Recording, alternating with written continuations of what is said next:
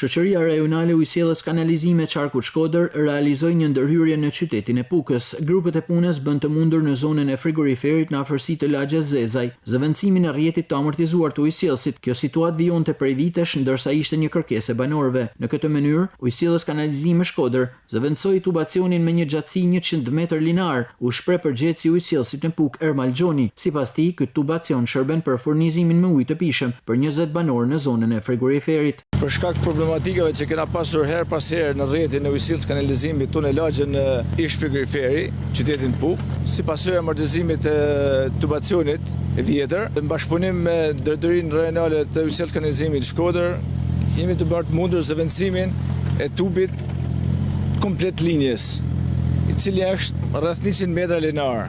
Kjo linje furnizon rreth 20 familje me ujë të pishëm. Në bashkinë Pukë janë 1820 abonent që kanë kontrata me Shoqërinë Rajonale të Ujësiellës Kanalizime të Qarkut Shkodër, për të cilët tashmë ka nisur ndërhyrjet për riparimin e defekteve dhe zëvendësimin e rrjeteve të amortizuara të furnizimit me ujë të pishëm. Ujësiellës Kanalizime Qarkut Shkodër do të vijojë punën në të gjithë zonat që mbulon, me qëllim rritjen e cilësisë dhe sasisë së shërbimeve që ofrohen për qytetarët deri në zonat më të largëta.